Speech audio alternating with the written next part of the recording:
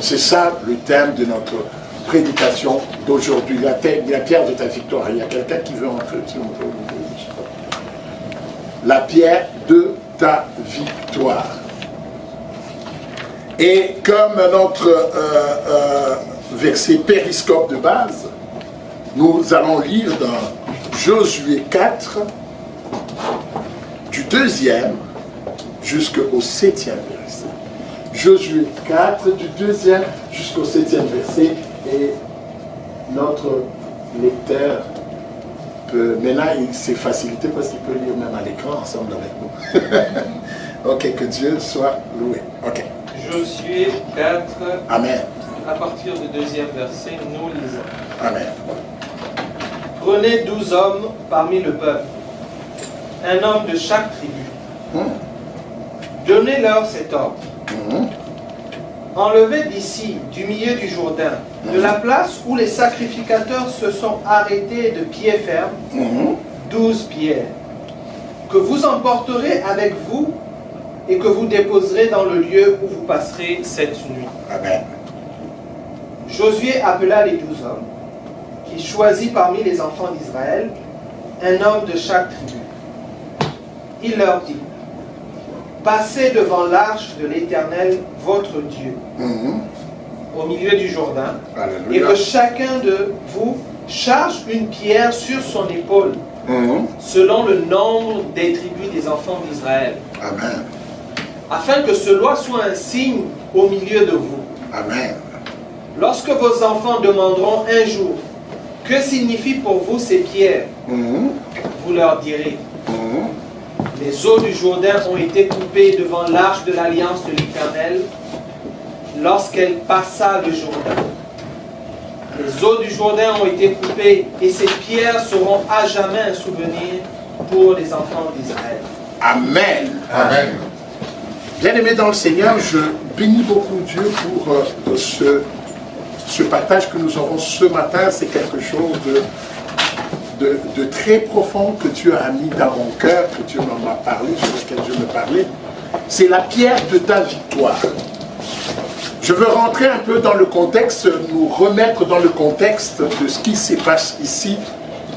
C'est Moïse, après la mort de Moïse, le grand Moïse qui parlait avec Dieu face à face. Le grand Moïse qui a vu le buisson ardent se consumer devant ses yeux. Le grand Moïse qui a frappé le bâton sur la mer Rouge et la mer s'est divisée. Le grand Moïse est mort. Le Seigneur l'emporte. Alléluia. Amen. Mais la marche ne finit pas. Je bénis beaucoup Dieu parce qu'aucun d'entre nous n'est irremplaçable. Alléluia. Amen. Le peuple est encore dans le désert. Il n'a même pas encore dépassé la mer Rouge. Alors Dieu va se choisir un garçon qui était serviteur de Moïse. Alléluia. Amen. Et il dit, c'est toi, j'ai entendu le cri de mon peuple dans le désert, c'est toi qui dois amener ce peuple dans l'héritage que je leur ai promis. C'est toi, Dieu a fait un choix. Alléluia. Mais quand vous regardez le choix que Dieu a fait, Dieu fait, son choix ne tient même pas compte de l'âge ou de l'expérience. Souvent, nous disons non, je ne pourrai pas parce que je ne l'ai jamais fait. Mais quand Dieu te choisit, tu n'as pas besoin de l'expérience, tu as besoin de la foi. Parce que la capacité viendra de Dieu. Amen. Et Dieu choisit toujours des gens qui ne peuvent pas afin que toute la gloire lui revienne. Amen. Quand tu commences à savoir que tu peux, sache que dans cette marche, tu n'iras pas avec Dieu. Souvent, nous, notre chair aime être au contrôle des choses. Si tu es au contrôle des choses, où sera la part de Dieu? C'est pour ça souvent, là, les choses, quand les choses se compliquent, quand tu commences à perdre le contrôle, c'est souvent là que Dieu prend la situation en main. C'est pour ça qu'il a même dit, ma puissance s'accomplit dans quoi? Dans ta faiblesse. Alléluia. Lui-même n'aime pas la faiblesse. Lui-même n'aime pas, non, je ne comprends pas ce qui se passe, je ne contrôle pas. Laisse ça dans les mains de Dieu. Parfois, Dieu fait ça, afin que quand ça va arriver, que tu dises, non, là, c'était Dieu. Dieu nous a aidés. Mais quand tu contrôles une situation de la fin jusqu'au bout, souvent c'est difficile de dire que Dieu nous a aidés. Qu'est-ce que nous disons? Je le savais. J'avais bien planifié, j'avais bien calculé, je savais qu'on ne manquerait de rien. Ça, c'est nous les humains, c'est ce que nous sommes. Alléluia. Et Dieu va se choisir quelqu'un qui est sans expérience. Alléluia. Quelqu'un qui est sans expérience. Quand tu le regardes, comme dit la Bible, est-ce que quelque chose de bon peut venir de Bethléem, de Nazareth? Quand on te regarde, il n'y a rien de bon. Mais quand tu entends les prophéties des gens, c'est que les gens te disent, toi-même tu dis, est-ce que c'est moi ou c'est trompe? Alléluia. Est-ce que c'est moi ou c'est trompe? Mais c'est bien toi. Parce que quand il faudra agir, ça ne sera pas toi. C'est Dieu qui agira en toi. Tout ce que Dieu veut, et que tu lui fasses confiance. Que Dieu, il veut que tu le fasses. Ce n'est pas que tu ailles t'entraîner pour ce combat-là, non. Fais-lui confiance. Dis-lui, Seigneur, amène-moi là où tu veux. Il est le meilleur professeur pour la victoire. Alléluia. Alors Dieu prend ce jeune, il ne tient compte de rien, et il amène. Il lui donne une chose. Il dit, écoute, parce que je te choisis, rien ne tiendra devant toi tant que tu vivras. Il n'a pas d'expérience. Il va se battre contre des nations, contre les Cananéens, des peuples forts. Mais Dieu lui dit, rien ne tiendra devant toi tant que tu vivras. Vous savez, je veux un peu sauter avant, je veux retourner. Regardez ce qui s'est passé. Non, on va en parler après. Quand vous regardez dans la vie de Josué, rien n'a tenu au devant de lui. Une fois ils sont allés au combat contre un petit peuple, c'est le peuple d'Aï. Ça sera après qu'ils aient pris Jéricho. Dieu a dit, ne touchez à rien, tout sera voué par interdit. Brûlez tout. Mais il y a eu Akan, et il y a eu un autre monsieur là, ils ont pris les lingots d'or et les manteaux, ils ont caché.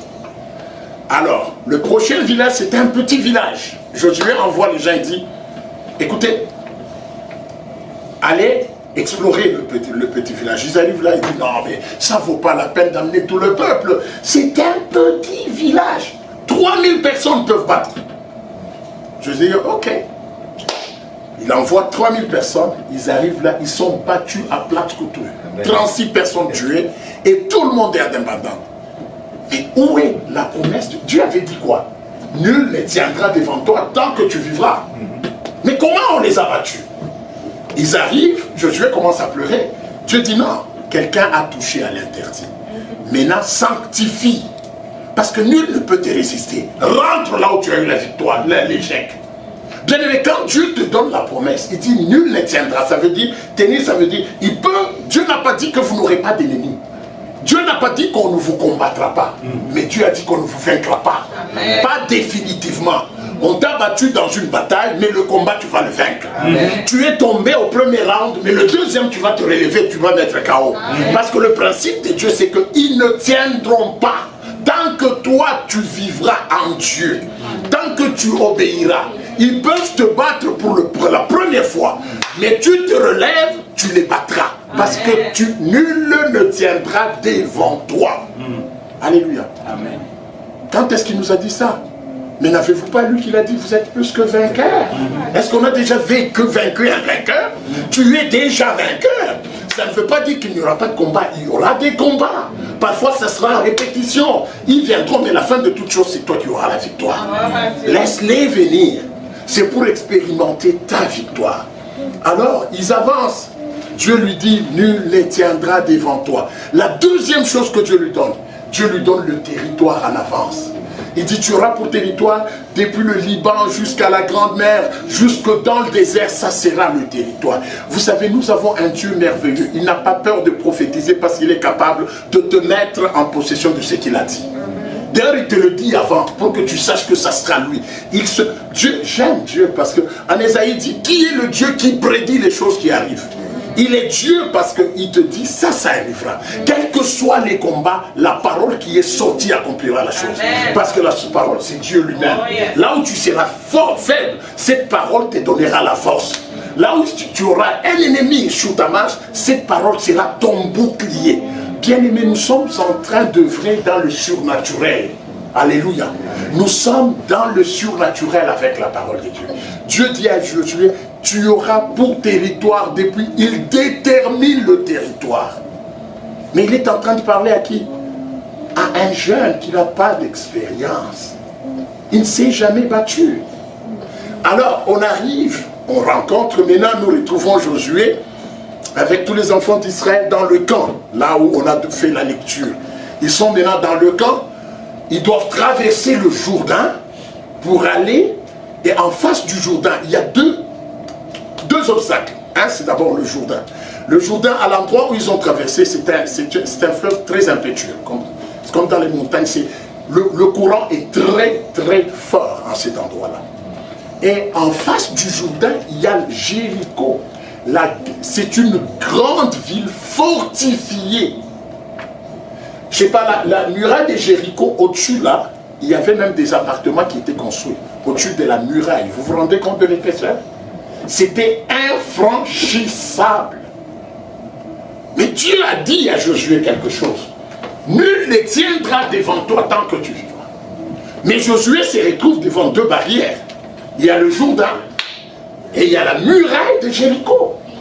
Deux ennemis, face à face, l'un après l'autre. Vous savez, même quand on est enfant de Dieu, il y a des moments où tu arrives, quand tu regardes là où tu vas, tu dis, c'est pas possible. Je n'y arriverai pas. Si je traverse le Jourdain, mais les gens sur le muraille me verront. On va me tuer. Où est-ce que j'irai? Ce n'est pas possible. Pourquoi Dieu a choisi ce chemin? Mais je veux te dire, le chemin que Dieu a choisi pour toi, c'est le meilleur chemin. C'est le meilleur chemin. Il y a des gens, les études, c'était un combat. Les fiançailles, un combat. Le mariage, un combat. Tu regardes, tu dis, mais pourquoi? Dans ma vie, tout est combat. Tout est combat parce qu'à la fin, il y a une grande victoire. Amen. Alléluia. Tu dis, moi, ma vie, c'est pas comme les autres. Regarde, tel on a étudié, je l'appelle, il dit, oh, moi, j'ai 5 enfants. Mais moi, je suis Seigneur, où est-ce que je suis? Ta vie n'est pas la vie des autres. Vous savez, de l'Égypte jusqu'à Canaan, on pouvait faire 3 à 7 jours de marche à pied. Marche à pied. 7 jours. Il y avait un contour. Mais Dieu n'a pas choisi cela. Parce que Dieu était en train de bâtir un héros. Un peuple héroïque. Tu sais, dans ta situation, il y a moyen d'arriver à la solution sans pleurer ou quoi. Mais tu seras faible. Tu ne pourras pas gérer la gloire. Vous savez ce qui a fait que Israël, même aujourd'hui, regardez ce peuple-là, partout où il se retrouve, il se sent différent. Oui. C'est à cause de leur histoire. Leur histoire a bâti leur identité. Ils ne sont pas comme tous les autres peuples. Ils sont passés par combien de combats? Oh, mais après la Deuxième Guerre mondiale, je pense, quand on les a tués, là, c'est la Deuxième Guerre mondiale avec Israël et tout ça. Vous savez, tout ça, ça fait que ce peuple, il se sent. Ce qu'il a vécu, aucun autre peuple ne l'a vécu. Il se sent spécial. Les combats par lesquels tu passes sont en train de consolider ton identité. De consolider ta marche, de consolider ta foi. Tu n'es pas comme les autres. Alléluia. Ça te donnera des victoires. Et c'est très important. Ils arrivent là au camp. Et Dieu descend, il dit à Josué, il dit, aujourd'hui, ça vous lirez ça dans Josué 3 au verset 6, il dit, aujourd'hui je veux commencer à t'élever aux yeux de ce peuple. Alléluia. Quand Dieu commence à t'élever, nous qui avons prié, Seigneur, élève-moi.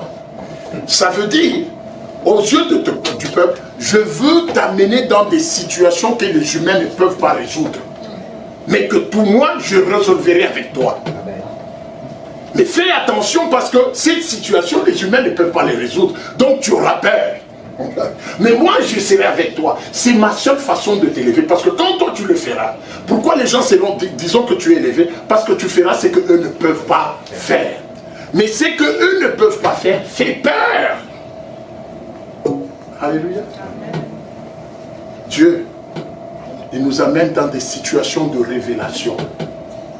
Et les situations de révélation, ce sont des situations que la chair humaine ne peut pas comprendre. Alléluia. Ça arrive, non, pasteur, j'ai prié, mais pourquoi ça ne change pas? C'est peut-être une situation de révélation. Dieu veut te lever au-dessus des autres. Alors quand il arrive en ce moment, j'ai toujours dit que c'est un bon metteur en scène. Il complique les choses, les équations. Tu n'y comprends rien. Tout ce qu'il te dit, aie la foi. Crois en moi. Mais quand tu essaies de comprendre les choses avec ton intelligence, tu n'y comprends rien. Pourquoi? Parce que ton intelligence, c'est la chair. Ton problème s'adresse à l'esprit, pas à la chair. N'essaie pas de le comprendre avec la chair. Essaie de saisir la voix de Dieu par l'esprit. Quand tu essaies de comprendre, tu analyses ta famille. Ce jour-là, tu ne dors pas. Seigneur, où est-ce que tu es? Parce que ton problème est dur pour la chair. Il n'y a que l'esprit, connecté à l'esprit de Dieu, qui peut voir la victoire dans ce combat-là. Et c'est là, souvent, que nous faillissons. Alléluia. Parce que tu analyses, tu dis, ben, j'ai tout fait. Tant que tu dis que tu as tout fait, c'est pour ça que tu as l'échec. Parce que Dieu, lui, ne compte pas ce que toi tu vas faire. Il compte sur ce que tu vas croire. Parce que quand j'ai dit j'ai tout fait, c'est-à-dire, Seigneur, j'ai utilisé toute ma force. Dieu ne peut pas te donner la victoire avec ta force. Parce que la gloire t'appartiendra. Dieu te donne la victoire avec ta faiblesse parce que tu lui donneras toute la gloire. Alléluia. Vous comprenez? Et c'est là, c'est pour ça qu'il te met dans un coin où tu analyses ta situation. Tout le monde te dit, mais dans ton cas, on ne comprend pas. Quand tu expliques, regarde très bien, quand tu expliques ta situation aux gens, ils disent toujours, mais ta situation là, on ne comprend pas. Normalement, ça devait être plus simple. Mais comment ça ne marche pas? Comment ça n'avance pas? Mais ta situation, c'est toujours, on ne te comprend pas. Justement, ça, quand quelqu'un dit, on ne te comprend pas, c'est pour dire, ça c'est une situation de Dieu. Je n'ai pas besoin de quoi que ce soit, j'ai besoin de la foi en Dieu. Quand on te dit on ne comprend pas, c'est-à-dire Dieu veut t'élever. Alléluia. J'étais en train de prier avec une maman qui était vraiment, une dame qui était vraiment beaucoup secouée par une maladie. Une maladie incurable. Quand vous êtes... Ça, je crois qu'il y a une personne à qui je m'adresse qui m'a parlé souvent. Quand vous voyez quelqu'un avec une maladie incurable, qu'est-ce que ça va vous faire? Sincèrement, qu'est-ce que vous allez faire? Quelqu'un vient te dire, j'ai le cancer, qu'est-ce que ça va te faire? Ça, c'est ça la spécialité de notre Dieu. Normalement, quand tu es un bon chrétien, c'est là qu'il faut te frotter les mains et dire, je veux voir de quoi Dieu est capable. Amen. Amen. Oui, parce que là, ce n'est pas un problème de médicaments. Mais c'est ça, bien aimé. Si vous n'êtes pas encore arrivé à agir là où les humains ne peuvent pas, votre foi n'a pas de solidité. Pourquoi tu dois te frotter les mains? C'est pour savoir, Seigneur, toi tu m'as dit que tu es capable. Par tes meurtrissures, nous sommes guéris. Voici ce cas, ce n'est pas un problème. De Tylenol, ce n'est pas un problème. De médecin, ce n'est pas un problème. C'est un problème de toi, Dieu.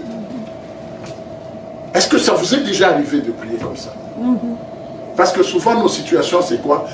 Quand tu n'as pas d'argent, tu pries, mais dans ton cœur, c'est l'oncle. Tu sais que je veux téléphoner, il ne m'a jamais privé l'argent, il va m'envoyer. C'est là même que tu dis, ta foi là, c'est parce que tu sais que l'oncle est là. Même si je rate Dieu, je vais tomber sur l'oncle. Au lieu de dire si je rentre l'oncle, je vais tomber sur Dieu. Mais toi tu dis si je rate Dieu là, si Dieu là ne répond pas, l'oncle répondra. Alléluia.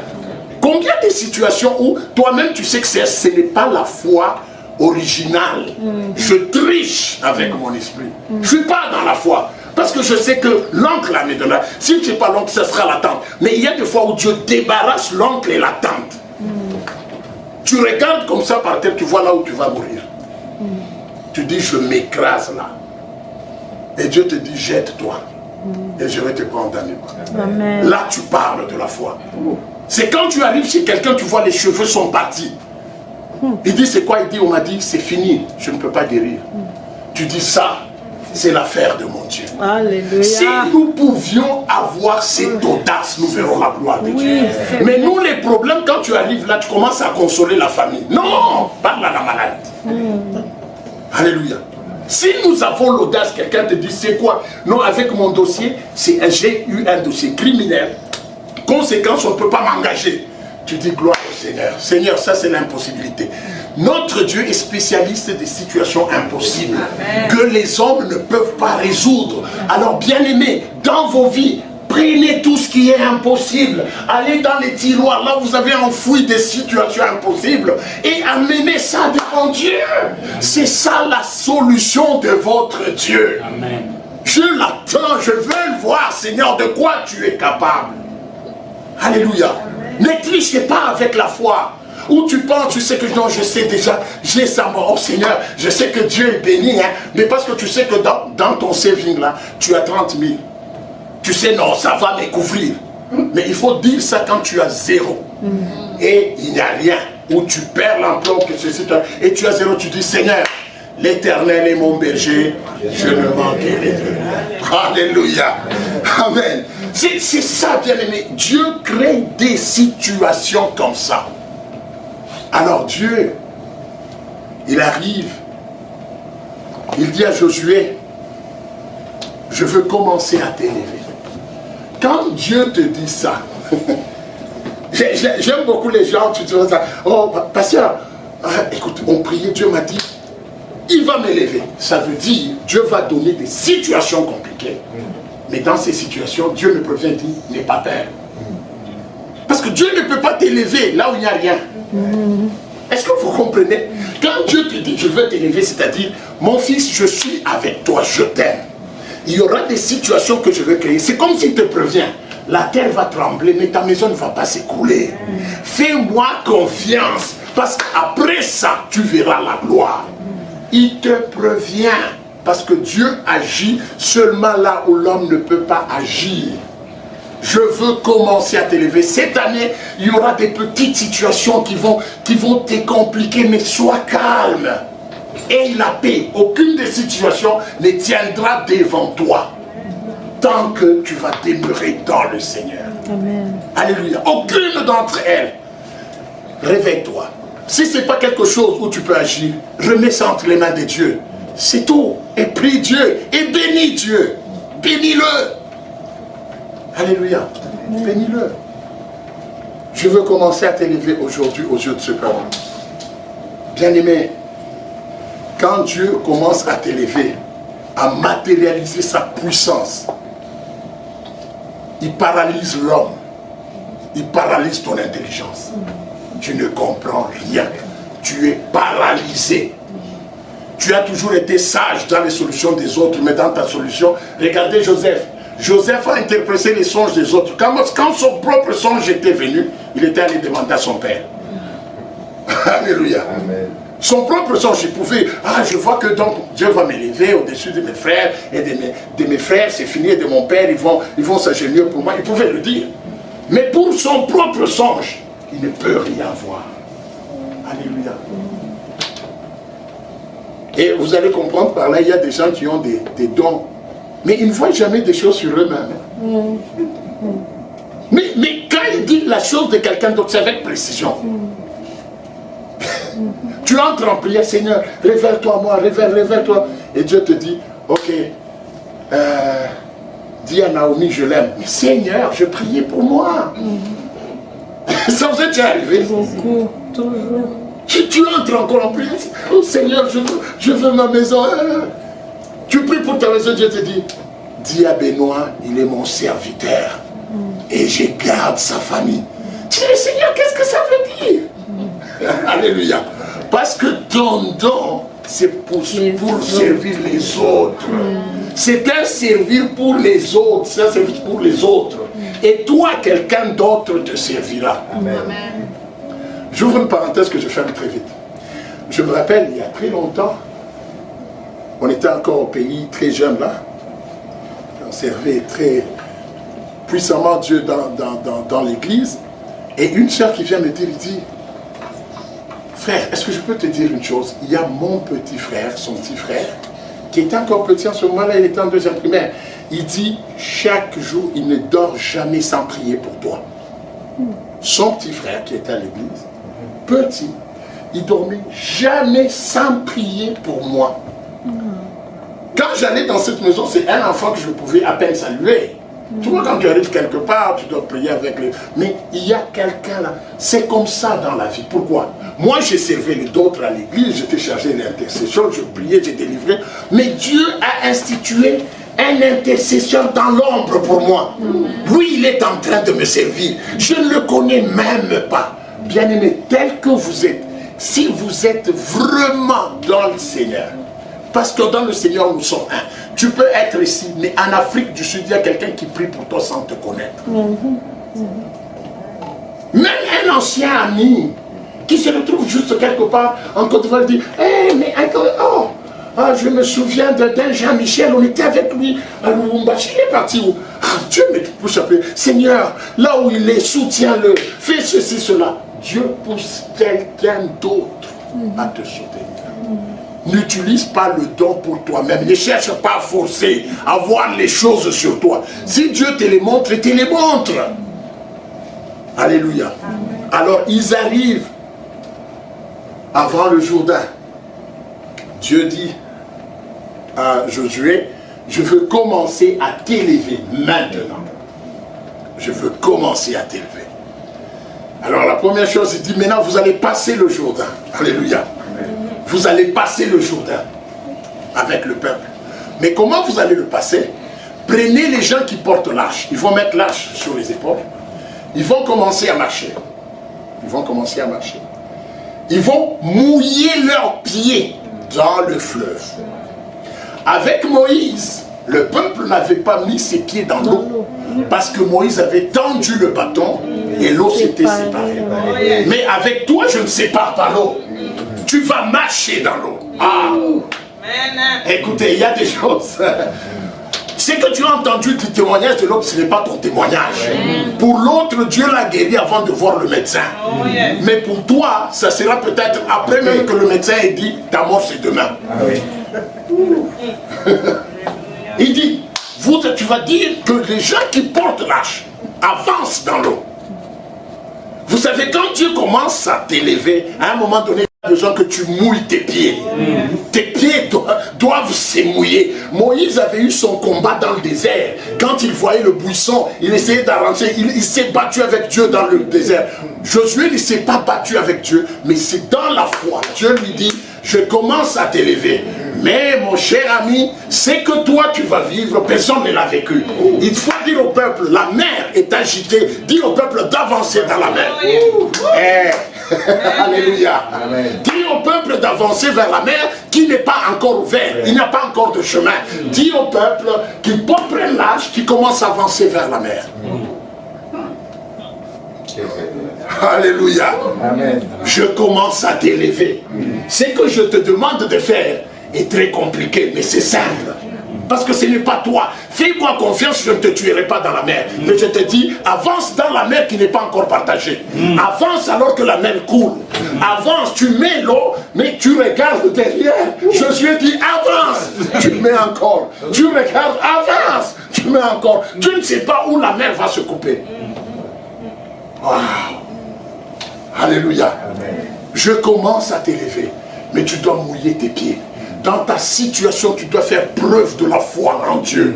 N'attends pas que la situation change, parce que la situation, c'est toi qui vas la changer. Amen. Avec ta foi, avec ta confession. Amen. Quand tu mettras le pied, tu avanceras. Souvenez-vous de quoi Dieu a dit à Moïse, à Josué, nul ne tiendra devant toi tant que tu vivras. C'est pour ça que Dieu ne pouvait pas séparer la mer. La mer devait vivre ce verset. La mer devait se retirer pendant que eux avancent. Parce que la mer ne peut pas tenir. Alléluia. La mer allait fuir devant eux pendant que eux avancent. Mais ils devaient avancer dans l'eau. J'avance. Oh, mais la situation est la même. J'ai pris avec cette dame-là. Comment tu t'es réveillé? Non, pasteur, les douleurs là, ça continue. Tu vas continuer la prière, ou tu vas dire, va voir le médecin, ou tu vas dire, tu fais encore l'autre pied. Parce que comment ça va? Il dit, non, C'est comme rien ne change vraiment. Je suis en train vraiment, je pense que peut-être demain, je ne sais pas ce que Dieu fera. Et tu dis, avance encore. Alléluia. C'est là qu'il y a la foi. Avance encore, rien ne change. Gloire au Seigneur, avance encore. Ils mettent encore l'autre pied. Ils mettent encore l'autre pied. Ils avancent dans l'eau. Quand tous les porteurs de l'arche sont dans l'eau, et l'eau se retirera. Parce que Dieu ne mentira jamais. Dans ta situation, accepte d'avancer.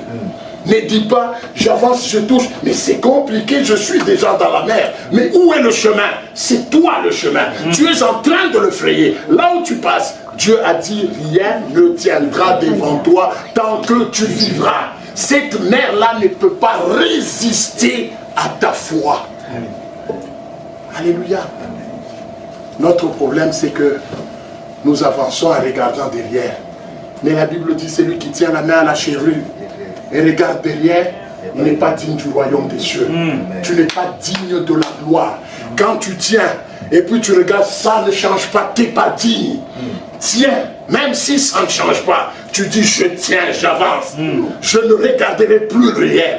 Le passé est passé. Je ne veux plus fouiner dans le passé. Moi, je regarde là au vallage. Je regarde à la gloire. Dieu m'a dit qu'on va traverser le Jourdain. Je veux le traverser. À dos de crocodile, dans une pirogue. Je ne sais pas comment je sais, mais une chose que je sais que je vais traverser le Jourdain. Alléluia. Alléluia. Mais le Jourdain de ta vie, tu dois le traverser. Dieu ne ment pas. Et puis, à un moment donné, paf, la mer s'arrêta. Alléluia. Je crois que Josué a dû sauter. Vous avez vu mon Dieu?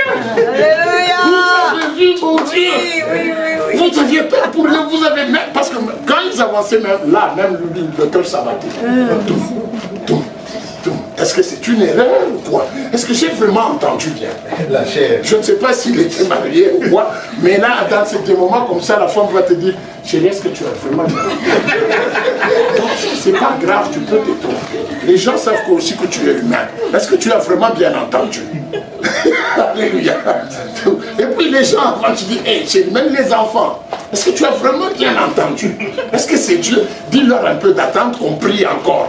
Non, ce n'est plus le temps de prier, ça c'est le temps d'avancer. Yes. Alléluia. Amen. Et ce sont des choses qui nous arrivent dans la vie. Yes. Quand tu arrives à ce moment-là, il y a trop de conseillers. Est-ce que tu as mesuré les conséquences? Attention, le risque est énorme, tu ne pourras pas t'en sortir. Il y a trop de conseillers en ce moment-là. Mais c'est que Dieu te dit, je commence à t'élever, avance. Yes. Avance encore. Amen. Mais l'eau arrive aux chevilles, avance. L'eau arrive au mollet, avance encore en pleine eau. Mais l'eau là ne tiendra jamais. Et l'eau se sépare.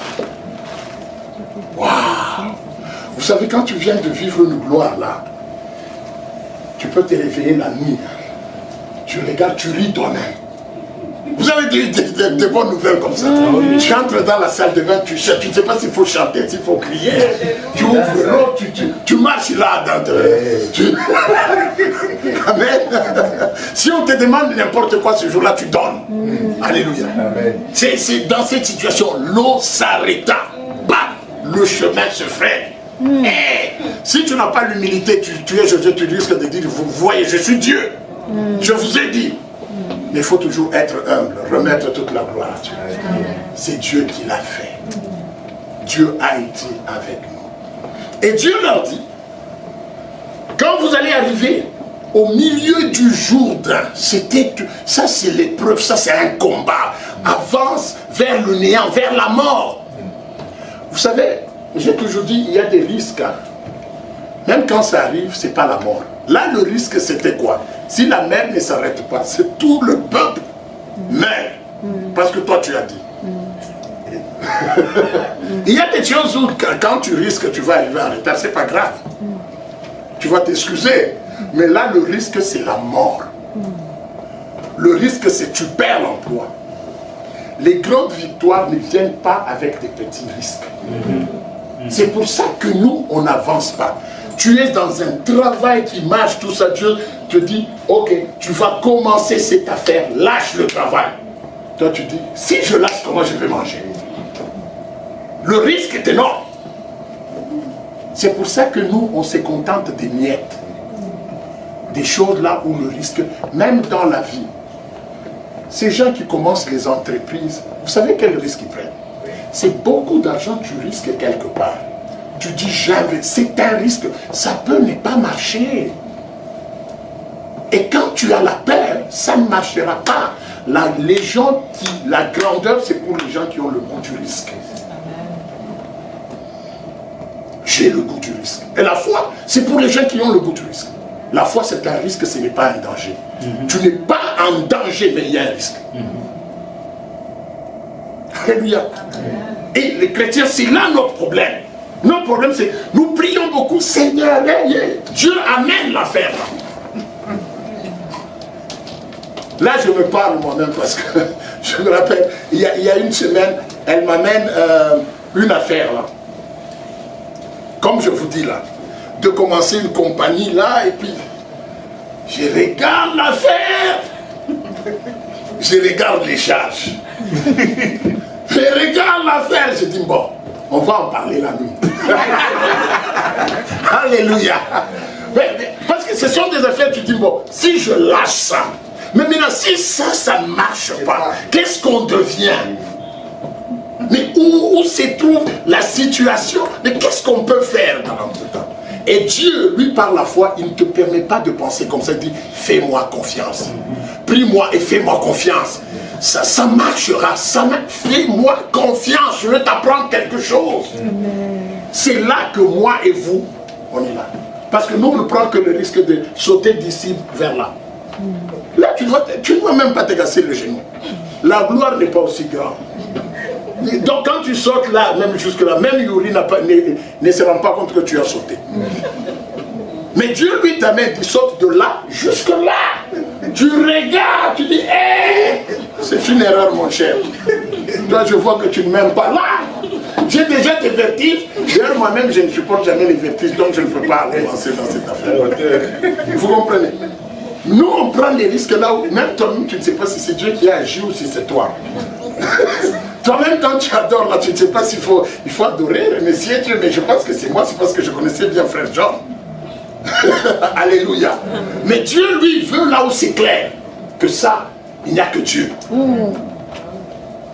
Je parle à quelqu'un qui a une décision à prendre, qui doit avancer dans l'eau sans se retirer. Et Dieu dit, quand vous allez arriver au milieu, prenez des pierres au milieu de la rivière, prenez 12 pierres. Allez avec ces pierres au-delà du Jourdain, vous allez bâtir un monument. Pourquoi? Parce que à un moment donné, vous allez oublier l'histoire. Mais ce monument témoignera. Ce monument témoignera. Parce que même vos enfants vous demanderont à quoi servent ces pierres. Et vous serez obligé de parler. Vous direz, Dieu nous a fait traverser le Jourdain, les pieds secs. C'est pour ça qu'on a bâti ce monument-là. Écoutez, dans l'Apocalypse, il est écrit, ils l'ont vaincu à cause du sang de l'agneau et de la parole de leur témoignage. C'est pour ça que j'ai aimé l'adoration qu'on a fait. On dit, les ténèbres ont reculé devant l'agneau immolé. Le ténèbre a déjà reculé devant l'agneau immolé. Mais il reste un deuxième passé, les paroles de témoignage. C'est une pierre. Le témoignage, c'est une pierre pour la victoire future. Amen. Dieu t'amène dans la vallée pour que tu ailles prendre la pierre de ta victoire. Celle qui te servira à la grande victoire à venir. Dieu sait que tu dois battre Goliath, tu dois battre les Jéricho. Dieu sait que tu vas conquérir Canaan, mais tu as besoin d'un témoignage.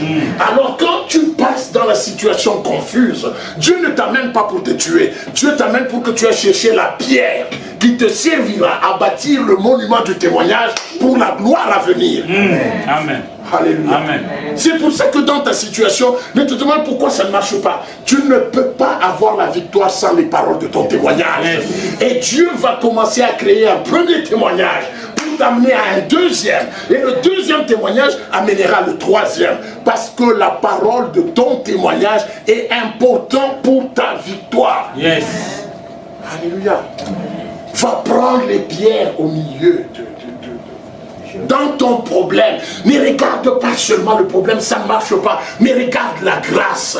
Cherche à comprendre la grâce de Dieu dans ce problème. C'est une pierre de témoignage. Que le diable ne te l'arrache pas. Sors de ton problème avec une pierre que tu mettras au-delà comme un monument pour la gloire de Dieu. Sors de ta situation. Si Dieu t'a fait entrer dans cette situation, ce n'est pas pour t'effrayer, ce n'est pas pour te tuer, c'est pour que tu prennes une pierre qui servira au témoignage pour la victoire future. Amen.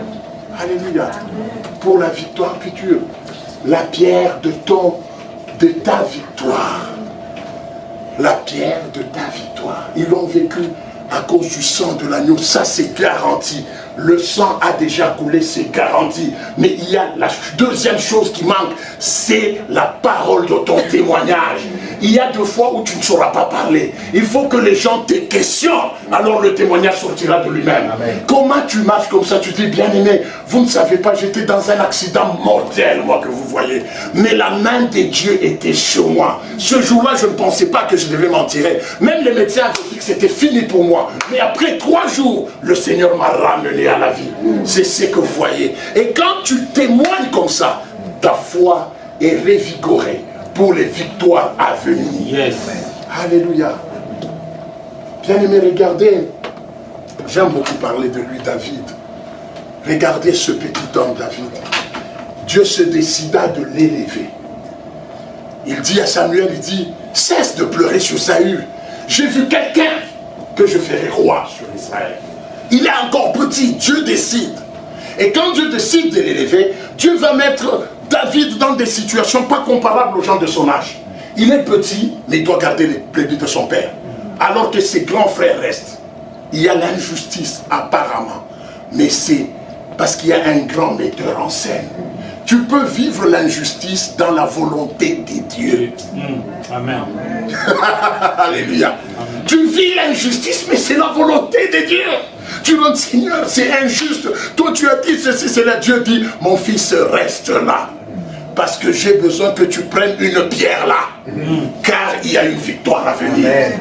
Ne t'occupe pas de cette injustice, demeure là. Bien-aimé, ne cherchez pas. Laissez même l'injustice des hommes ne peut pas arrêter le plan de Dieu sur toi. Yes. Qu'il soit injuste, qu'il soit raciste, qu'il ne t'aime pas, rien ne peut changer le plan de Dieu sur toi. Amen.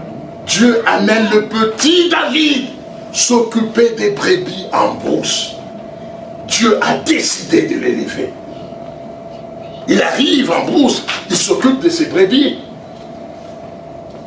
Et sans entraînement, il y a l'ours qui vient attaquer les brebis. Qu'est-ce que David fait? Il déchire l'ours. Il sort la brebis. Ça ne s'arrête pas là. Mais c'est dangereux pour un enfant de son âge. Il y a un risque, mais il n'y a pas de danger. Parce que l'Éternel est mon berger, je ne manquerai de rien. Alléluia. Ça, c'est quelque chose qu'il faut dire. Il n'y a pas de danger parce que mon Père en haut me voit. Il m'entoure de partout. Il sait me voir même dans les ténèbres. Quand je suis perdu, il est le chemin. Quand j'ai faim, il est la manne cachée. Alléluia. Il est la lumière de ma vie. Il est la force qui me réveille. Et puis après quelques jours, il y a un lion qui vient encore. David se lance encore contre le lion. Il arrache la brebis. Et ce n'est pas fini. C'était une pierre que Dieu voulait lui donner. C'était la pierre pour la lutte contre Goliath. David avance. Un jour, il n'a pas la formation pour battre Goliath. Ça, c'est le combat le plus inégal au monde. En termes d'âge, Goliath est adulte. Joseph et David, c'est un jeune. C'est un jeune adolescent. David, il est dans les 17 ans par là. Il n'a jamais fait l'armée. L'autre a l'armure des combattants. Il y a même quelqu'un qui prend son escaphandre, j'allais parler d'escaphandre, son bouclier pour lui, tellement que ça pèse. David, il est outillé comme un Américain aujourd'hui dans la guerre. Et l'expérience aussi. Goliath, oui. Et David, il est là comme un pauvre Africain, sans rien. Au combat jusqu'avec sa fronde. Oh Dieu, il y a des choses, bien aimées, ne regardez pas l'inégalité, c'est Dieu qui crée ça. Oui. De l'autre côté, c'est une montagne de chair. De l'autre côté, c'est un petit. On dirait qu'il ne sait même pas vers quoi il s'en va. Alléluia. Il ne s'est jamais battu. Mais tandis que l'autre s'est battu toute sa vie. Il n'a pas d'armure. Mais tandis que l'autre a l'armure sophistiquée. Fait sur mesure. Tu sais, quand on commence à te parler de ton problème que tu as, tu vas voir que ton ennemi est souvent plus armé que toi. Oh, cette maladie ici que tu as là, tu sais, l'avenue ici après l'autre, ça, tu es deux personnes. Et puis, tu vois la maman là qui ne respirait pas bien. Quand on était à l'hôpital, dans le lit là, elle souffre de ta maladie. Donc, quand on te montre, c'est que les ravages que ton ennemi a fait. Ce jour-là, quand tu rentres, tu ne sais pas prier. Tu commences à pleurer. Alléluia. Et c'est-à-dire, ton ennemi est sûr, il a déjà fait des ravages confirmés. Ce n'est pas comme toi, tu cherches, même la seule chose qu'a apporté ta foi, tu la cherches toi-même. Qu'est-ce que tu as déjà exaucé dans ma vie? Toi-même, tu ne sais pas. Mais ton ennemi, là, lui, il a des ravages confirmés. Sur son palmarès de victoire, c'est plein. Il est bien outillé, il a déjà fait de ravages. Mais ce n'est pas là le problème. Parce que notre capacité nous vient de Dieu. Amen. Alléluia. Alors David arrive à la guerre. Il a déjà sa pierre de témoignage dans le gibecière. Il a déjà ses pierres. Il arrive là. Et Dieu permet que le roi lui dise, David, tu sais, tu ne peux pas aller à la guerre. Tu ne peux pas aller à la guerre parce que cet homme, il a combattu depuis sa jeunesse. Il va te tuer. Et ce qui ne devait pas sortir est sorti. On te posera une question qui fera que tu témoignes. Et quand tu témoignes, tu donnes gloire à Dieu. Et quand tu donnes gloire à Dieu, Dieu se manifeste. Amen. C'est là que David sort sa pierre et dit, non mon roi. Quand j'étais en brousse, je gardais les brebis de mon père. Quand le loup se lançait contre moi, je le déchirais. Et j'arrachais la brebis. Quand le lion venait, je le déchirais. Le Dieu qui m'a sauvé de la bouche de l'ours et du lion me sauvera de la main de cet incirconcis. C'est déjà une déclaration de foi. Voyez à quoi sert la pierre. Parce que quand on va arriver là, il y a une question qu'on va te poser qui va te basculer vers le témoignage ancien pour dire je sais qu'il avait agi. Je sais que j'étais malade, il m'avait relevé. Je sais que j'étais perdu, il m'avait retrouvé. Je sais que j'étais sur le point de me susciter, de me suicider. Il m'avait tiré de là. Et le Dieu qui m'avait gardé, le Dieu là tu parles d'un Dieu de miracle. Tu ne parles pas du Dieu de la lecture dans la Bible. Tu ne parles pas du Dieu que tu as entendu, mais tu parles de Dieu de miracle. Et quand tu parles de Dieu de miracle, c'est que la Bible dit, ils l'ont vaincu à cause du sang de l'agneau et de paroles de leur témoignage. Les deux pierres sont accomplies et tu as la victoire. Amen. Bien-aimé dans le Seigneur, dans ta situation, je ne sais pas quelle est la pierre que tu as. Regardez, tout dépend de la façon dont on voit. Ce garçon a été en brousse je ne sais pas combien d'années. Si nous voulons être très conservateurs, peut-être 3 ans. Mais il a eu 2 victoires, n'est-ce pas? Mais quand on lui pose, il ne dit pas, oh mon roi, tu sais d'abord mon père était injuste, il m'a envoyé en brousse seul. Il a passé combien de jours? Ce n'était pas, même s'il avait, il tue l'ours aujourd'hui, demain le lion, mais tous les autres jours, il était comme ça.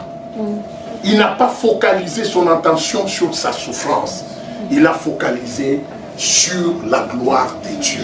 Dans ta situation, ne regarde pas ce qui ne marche pas. Prends quelque chose de positif. Essaye de tirer dans ta souffrance quelque chose de positif qui donne gloire à Dieu. Et c'est cette chose-là sur laquelle tu vas t'appuyer pour le grand combat contre le Goliath de ta vie. Et c'est le problème avec nous les chrétiens, c'est quand on te commence à voir, oh, tu commences à raconter ta souffrance depuis la mort de ton père. Tu dis, bon, si je commence là, tu ne peux pas comprendre. Attends, bon. Au fait, ce problème a commencé quand mon père est mort. Parce que c'est mon père qui avait tout dans la famille. Et puis là, c'est il y a 20 ans. Frère, il y a des choses, n'y rentre pas là. Dans ta vie, cherche ce qui est positif, ce qui te ramène à Dieu. Quand Dieu te fait passer devant, dans la brousse là, il a permis que David aille là pour avoir un témoignage, pas pour souffrir. Il fallait là pour qu'il ait un témoignage sur lequel il se bâtira pour la victoire avec Goliath qui va l'amener à la royauté. Il y a des choses que Dieu permet, que tu passes par là pour bâtir la force de ta foi. Il n'y a pas une grande foi, il n'y a qu'une foi exercée. Si tu n'as jamais mis la foi en Dieu, tu ne le feras jamais. Parce qu'il y a des gens qui sont avec Dieu, bon, je crois, et puis, ah Dieu, attends. Bon. Ah Seigneur, attends d'abord. Attends, est-ce que ça va marcher, Dieu? Bon. Oh Jésus, attends d'abord, je prie. Ça me rappelle moi-même parce que moi j'avais trop peur de piqûres. Très peur de piqûres. Aujourd'hui, je ne sais pas si cette peur est partie parce qu'il y a longtemps qu'on va piquer. Parce que ça peut être encore là. Donc quand on veut me piquer là, je dis, attends, je me concentre. Et puis, quand ça fait 2 minutes, on ne t'a pas tu dis, allez, attends d'abord. Attends, je me gratte. Et là, la fille a dit, mais tu es quand même un papa. Attends. Alléluia. Et c'est ce que nous faisons aussi avec Dieu. Dieu prend le problème. Ah non, Jésus, attends. D'abord, est-ce que tu as résolu celui de papa Benoît? C'est encore là. Ah, mais lui, il l'a amené hier, non? Jésus dit, je suis en train de faire mon plan. Ah, attends d'abord. Je veux voir si Jean-Michel ne va pas résoudre ça, alors je te l'amène. Tu appelles là, il te dit non, laisse seulement là, Jésus, c'est lui le Seigneur des Seigneurs. Tu dis bon, je décide, je lui donne ça, je décide. Seigneur, tu es le Seigneur des Seigneurs, tu entres en priant, proclamer. Oh non, attends d'abord. Je veux adorer. Seigneur, donne-moi la force, Non, laisse ton problème. Amen. Alléluia. Amen. Nous sommes très hésitants. Plus tu gardes ton problème, plus tu... De ce côté-là, nous aimons faire la procrastination. C'est que décide, laisse-le. Et au moins un témoignage. Ça commence par un petit problème. Laisse-toi en Dieu. Tire la pierre du témoignage qui va t'aider pour l'autre. Et c'est ce que finalement le peuple a pris, ces pierres. Ils ont bâti leur monument. Pourquoi? Parce que devant eux, il y avait Jéricho, la grande muraille. Si tu n'as pas traversé le Jourdain, tu ne battras pas Jéricho. Amen. Alléluia. Parce que Jéricho, c'est une ville fortifiée. Il y avait des géants bâtis, avec une grande armée. Bien aimé, il faut avoir traversé le Jourdain pour battre Jéricho. Mais Jéricho aussi, malgré sa grandeur, il tombera quand tu compenseras ton témoignage. Ils arrivent devant Jéricho. Bien aimé, qu'est-ce qu'ils ont fait? Souvenez-vous toujours de la promesse de Dieu, nul ne tiendra devant toi. Ils arrivent devant Jéricho. Dieu leur dit, ne touchez pas Jéricho. Tournez seulement Jéricho. Parce que dans ma prophétie, Jéricho n'est pas censé résister devant vous. Alléluia. Il tourne le premier jour, Jéricho ne tombe pas. Il tourne le deuxième jour, Jéricho ne tombe pas. Il tourne le troisième jour, Jéricho ne tombe pas. Persévérance. Persévère. Il y a des gens qui veulent, quand il a prié lundi, quand il dit tout simplement Amen, il entend un téléphone, oh tu as gagné 1 million. Non, ça ne se fait pas comme ça. Amen. Il veut, j'ai prié, non, on a prié dimanche. Donc lundi, non, persévère. Amen. Il tourne 4e fois. Jéricho ne tombe pas. Je crois qu'en ce moment-là, vous savez, c'est comme dans l'église, dans les rangs, là, il y a des gens qui disaient, mais ce garçon ici, cette fois-ci, c'est un fiasco. Pour la mer, c'était ouvert directement. Mais ici, ça fait 4 jours qu'on tourne, il n'y a rien. Il y a toujours des gens comme ça qui commencent à retrouver là. Ça devient une marche de santé, rien ne va se faire. On va voir, parce que lui il croit qu'il a Dieu dans sa poche. 4e jour, rien ne se fait. 5e jour, rien ne se fait. Là, on a commencé quand? Depuis lundi. Ah! Mais vendredi, il n'y a rien. Mais les ennemis là vont nous voir, non? Pourquoi on tourne? Est-ce que ça c'est la stratégie de Dieu? Mais parce qu'au lieu qu'on se cache, il permet qu'on tourne chaque jour. Mais les gens vont nous voir. Est-ce que tu ne l'as jamais dit? Parce que tu veux avoir la victoire de Dieu avec ta stratégie à toi. Tu es là, tu dis Dieu, fais-moi passer seulement par ici, je vais arriver là.